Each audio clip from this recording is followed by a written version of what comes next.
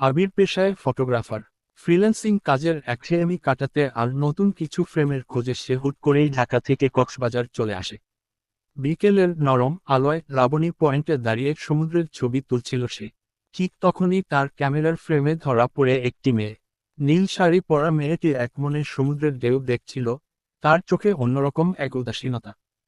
হুট করে এক তীব্র বাতাস লাবণীর হাতের ডায়েরিটা উড়িয়ে নিয়ে যায়। আবির দৌড়ে গিয়ে ডায়েরিটা কুড়িয়ে নেয়। ডায়েরি ফেরত দিতে গিয়ে আলাপ।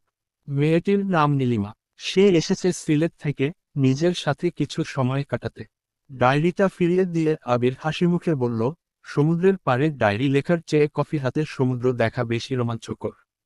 এক কাপ কফি হবে? নীলিমা একটু ইতস্তত করে রাজি হলো। সুগন্ধি কফির কাপে চুমুক দিতে দিতে শুরু হলো দুটো অচেনা মানুষের গল্প। পরবর্তী পর্ব শুনতে চাইলে লাইক কমেন্ট করুন।